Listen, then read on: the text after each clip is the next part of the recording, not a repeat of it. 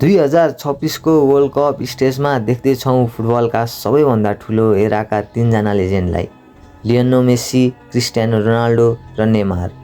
फुटबलले मेबी अझै बुझेको छैन यो कति ठुलो इन्डिङ हुनेछ, किनकि 15 वर्ष बढी समयसम्म यी 3 जनाले फुटबललाई केवल खेल बनाएन, यिनीहरूले फुटबललाई भावना बनाए।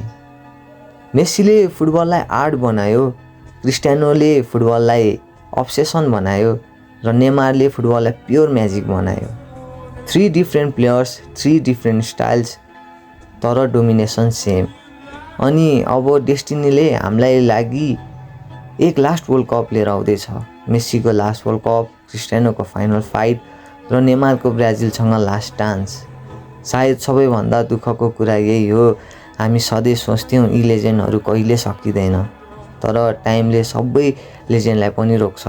2026 वर्ल्ड कप स्पेसल हुनेछ, किनकि यो ट्रोफीको लागि मात्र हुने छैन, यो हुनेछ एक एराको फाइनल गुड बाई। र जब टुर्नामेन्ट सकिनेछ, फुटबलले आफ्नो इतिहासको सायद सबैभन्दा महान जेनेरेसनलाई बिदाई गर्नेछ र सायद फेरि फुटबल कहिले यस्तो एरामा पुग्ने छैन।